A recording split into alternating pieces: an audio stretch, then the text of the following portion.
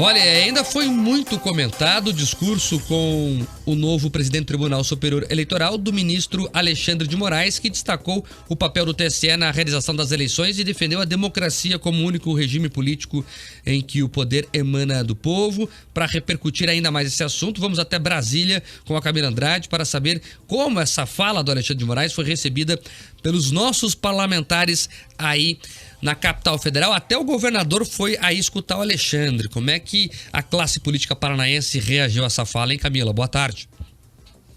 Boa tarde, Mark, para você, para todo mundo que está acompanhando a gente aqui no RN Opinião. Pois é, esse é o assunto mais comentado do dia, até porque no primeiro dia dessa campanha eleitoral, já de um ano, digamos que atípico, de uma campanha atípica, a gente teve a reunião dos principais nomes da política brasileira num único espaço. Então tivemos ali encontros bastante improváveis. Você disse que Ratinho Júnior esteve presente, mais de 20 governadores confirmaram essa presença e estiveram ontem lá no Tribunal Superior Eleitoral, e a gente tem até uma imagem que é bastante emblemática, que é o momento em que o Lula, junto com a Dilma Rousseff, eles entram dentro do plenário, e aí a gente percebe que o Ratinho Júnior está bem posicionado ali na frente, conversando com alguns outros interlocutores, então ele acaba ficando num ponto central dessa imagem. Momento em que ele chega, é recepcionado por algumas pessoas, cumprimenta, por exemplo, o ex-presidente José Sarney. Muitos ex-presidentes participaram, né? A gente tinha ali o Lula, mas também a Dilma Rousseff, José Sarney e ainda a presença do Michel Temer. Dilma e Michel Temer, aliás, não se cumprimentaram. Fernando Henrique Cardoso só não compareceu, segundo ele, por motivos de saúde, e o Collor, que foi um dos primeiros a confirmar a presença, acabou não vindo de última hora, assim que ele se deu conta de que esse encontro acontecia justamente no primeiro dia de campanha, e ele está focado nisso, nos candidatos dele lá no estado, por isso acabou não vindo aqui a Brasília. Tem muita gente que está focado nas suas campanhas, então estão em suas bases eleitorais, foi o caso de muitos dos parlamentares paranaenses com quem eu conversei, e que por isso não estiveram presentes, mas todo mundo assistiu muito atento a esse discurso feito por Alexandre de Moraes, que agora assume o TSE. E o que eles falam, Mark, é justamente o papel dessa justiça especializada que a gente tem aqui no Brasil, justamente nesse período tão crucial que a gente tem de celebração da democracia, que é quando nós escolhemos os nossos governantes. O que o Alexandre de Moraes pontuou na fala dele é principalmente essa diferenciação entre liberdade de expressão e liberdade de agressão. Ele diz que a liberdade de expressão não pode ser um aval para que essas pessoas ou agentes políticos destruam a democracia. Num claro recado ao próprio Bolsonaro, mas apesar disso, os dois foram muito cordiais durante esse encontro. Inclusive, tem algumas imagens bastante emblemáticas que mostram os dois cochichando um no ouvido do outro, inclusive rindo, interagindo ali na mesa. Bolsonaro que ficou bem no centro dessa mesa, então de frente para Lula, que estava na primeira fila. Enfim, foi um encontro bastante interessante. A gente ouviu, por exemplo, o nosso deputado federal, o Gustavo Frutti, do PDT, sobre esse assunto, e ele falou um pouquinho mais sobre a importância de ter todas essas questões muito bem pontuadas pelo atual presidente do TSE. Vamos ouvir. Com relação à posse no TSE, é um fato inédito a presença de 4 ex-presidentes, o atual presidente, os presidentes do Senado, da Câmara e principalmente a presença também dos candidatos a presidente, como a Simone Tebet, o Ciro Gomes, e também dos 20 governadores. Isso não é usual. E o discurso do presidente Alexandre de Moraes, por mais que esteja repetindo o que está na Constituição, ele tem uma importância imensa nesse momento, considerando ataques e suspeitas que são levantados em relação ao processo eleitoral e uma referência constante, inclusive do presidente da República, contra as urnas eletrônicas. De alguma maneira, isso é uma vacina, isso vai acabar restringindo esse debate para quem já tem uma opinião definida e quase age como torcida e não há argumento que possa mostrar toda a possibilidade de fiscalização do processo eleitoral e das urnas eletrônicas. Paranaense Haroldo Martins, que é do Republicanos, e ele foi para além. Ele disse, inclusive, em relação à Carta para a Democracia, né? Ou seja, como as pessoas têm se posicionado ou posicionado essa questão da confiança no nosso sistema eleitoral, nas urnas eletrônicas, e a importância da gente também pontuar todas essas questões nesse momento crucial. Vamos ouvir. O discurso do ministro Alexandre de Moraes na posse como presidente do TSE foi um discurso que se esperava. Espera-se dele, espera-se de uma pessoa que está assumindo a posição em que ele assumiu, de presidente do TSE, que as palavras sejam desta forma, que ele enalteça a liberdade de expressão. E está certíssimo quando diz que nós não podemos confundir liberdade de expressão com liberdade de agressão. E eu vou além. Nós não podemos confundir liberdade com libertinagem. A gente percebe aí o apoio desses dois deputados paranaenses, então, ao discurso de Alexandre de Moraes, mas eu já adianto que teve deputado paranaense que não quis comentar comigo esse assunto. Também teve aqueles que, claro, justamente por conta desse foco agora na campanha eleitoral, não puderam gravar uma entrevista aqui pra gente. Ainda assim, Mark, o resumo, o que todo mundo comenta em Brasília, é que esse encontro fez com que a justiça eleitoral saísse mais fortalecida, justamente nessa largada dessa campanha eleitoral que promete. Não sei se mais fortalecida ou a justiça eleitoral coloca medo em todo mundo e aí todo mundo quer ir lá dar um aceno ao todo-poderoso Alexandre de Moraes, como a Camila já relatou, né, e os próprios políticos disseram, o Gustavo Frutti foi muito feliz quando disse isso, é inédito, nunca antes na história desse país, como diria Lula, um presidente do TSE teve 2.000 pessoas na cerimônia e tanta gente importante. Por quê? Porque as pessoas entenderam que era um movimento político importante estar lá. Então, o eixo do poder hoje entende o Alexandre de Moraes como um dos homens mais poderosos do país, né? E os motivos todos nós sabemos quais são. Agora, eu estou vendo as fotos do evento aqui, o que me chamou a atenção é uma em especial que mostra ali os 4 ex-presidentes enfileirados, né? A ideia do cerimonial, segundo quem frequentou os bastidores ali, era seguir a ordem de mandatos, né? Então seria primeiro o Sarney, depois o Lula, a Dilma Rousseff e em seguida o Temer.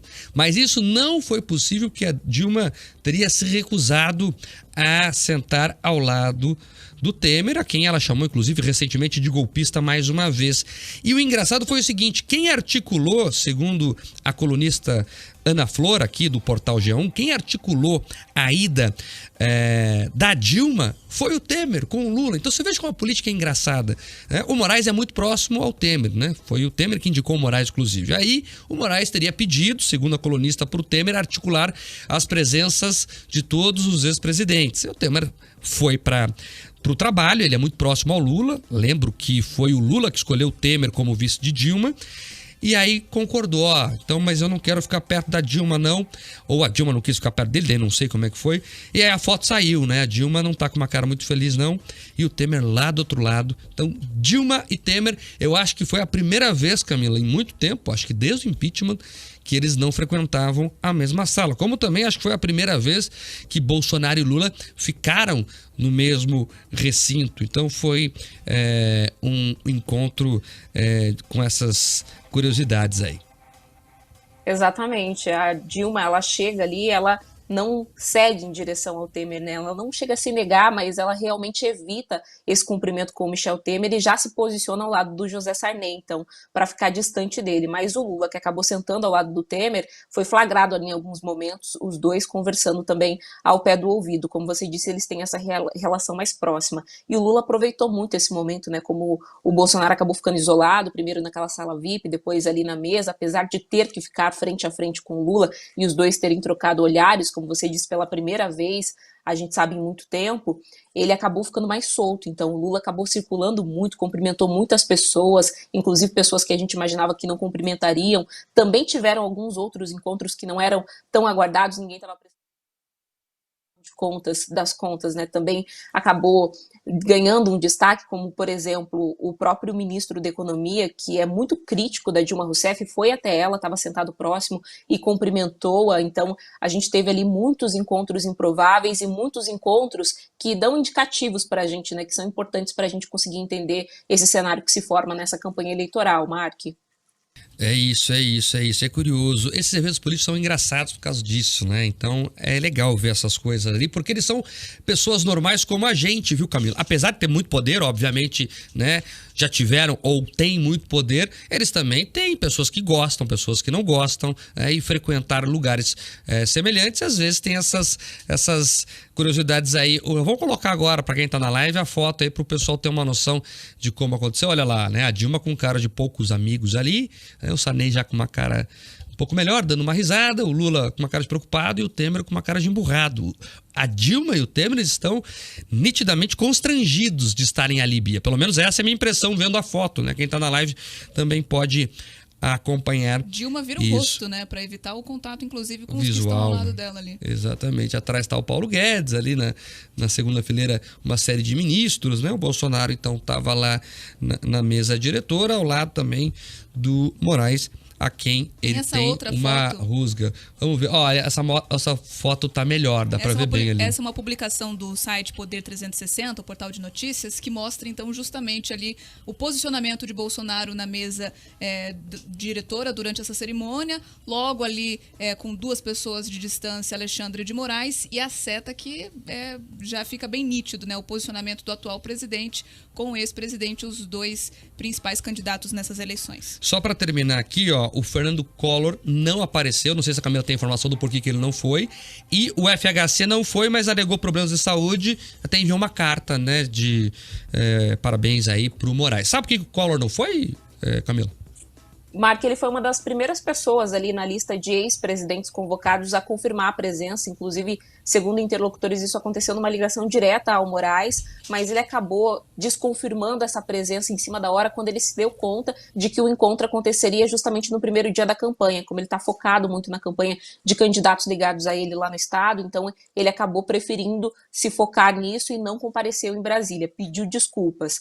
E o FHC, como você disse, não compareceu por conta de motivos de saúde, essa foi a alegação. Ainda assim, conseguir reunir ali os 4 presidentes foi já um grande feito, segundo todo mundo aqui, né, os políticos em Brasília comentam durante esse encontro. A gente viu ali na foto, só vou fazer mais uma ressalva, né, mais um destaque, o Paulo Guedes ele estava sentado imediatamente atrás da Dilma, então foi essa proximidade que fez então com que ele se levantasse ali em um momento e cumprimentasse ela. Tem uma foto bem emblemática que os dois estão bem de frente, ele vai até ela realmente para fazer esse cumprimento, e só para a gente ter uma noção do quão improvável foram os encontros, um dos filhos do Bolsonaro cumprimentou, por exemplo, o Alckmin. A gente percebeu que durante esse encontro muitas pessoas que são aí de espectros políticos bastante distintos, então que são aliados de Bolsonaro, cumprimentaram o Alckmin e não o Lula. Apesar dele ter circulado e cumprimentado também muita gente, teve essas pessoas que são mais radicais, digamos assim, então muito no outro extremo, que ainda assim cumprimentaram o Alckmin. Perfeita observação, Camila. E a função do Alckmin na chapa de Lula é justamente essa, é conversar com setores que o Lula não conversa, né? O Alckmin não está ali à toa, não é só pelos votos que o Alckmin pode trazer, mas principalmente porque o Alckmin fala muito bem com lideranças do setor produtivo. Esta é a função do Alckmin na chapa de Lula. Camila, obrigado pelos bastidores e pelas informações aí de Brasília. Por nada, gente. Até amanhã. Até amanhã. É isso mesmo, Bia, né? Não tem problema nenhum pensar diferente, né? O que não pode agredir e nem ser mal educado. Se o debate acontece dentro do limite do respeito, tá tudo certo, e a gente tem que estimular mais espaços democráticos como esse. Agora, essa conversa aí do Collor não colou não, né? Veja, as 2 maiores campanhas do país, que são a de Lula e Bolsonaro, acharam espaço na agenda, né? E ele que tá numa campanha local, lá no Alagoas, enfim, tá aí, tá registrado. Foi o primeiro a confirmar a presença no evento, depois resolveu voltar atrás. Será que ele teve acesso à lista de todo mundo que estaria presente? Pode ser. Resolveu não ir, não vou na festinha porque meu inimigo lá não vai. É mais ou menos esse o clima ali da Dilma sentada naquela foto. Quem tá ouvindo a gente pela FM depois vem pra live também pra acompanhar. Sabe quando você tem aquela amiguinha, aquele amiguinho que você não gosta da escola e você tinha que ficar sentado meio de costas assim pra não ter que ficar encarando? Era mais ou menos a pose da ex-presidente em relação aos outros ex-presidentes. Agora, Bia, olha como o nosso país é maluco. Tava fazendo a conta aqui. Então, nós temos 6 ex-presidentes desde a redemocratização. Desses 6, 2 caíram por processos de impeachment. Então, 30% até agora, né, caíram por questões de algum procedimento equivocado que fizeram e o Congresso os cassou. Então, aqui a confusão é sempre certa. Agora, 4h58, vamos embora, Bia. É isso, eu quase falo repita aqui toda vez que o Mark fala o horário, porque tá no automático por conta do Jornal da Manhã, mas já aproveito para deixar o convite para você que tá ouvindo a gente agora no RN Opinião. Amanhã, 7 em ponto, estaremos ao vivo no Jornal da Manhã Paraná. Até lá, tchau. Você ouviu RN Opinião na Jovem Pan News, de segunda a sexta, sempre às 4 da tarde.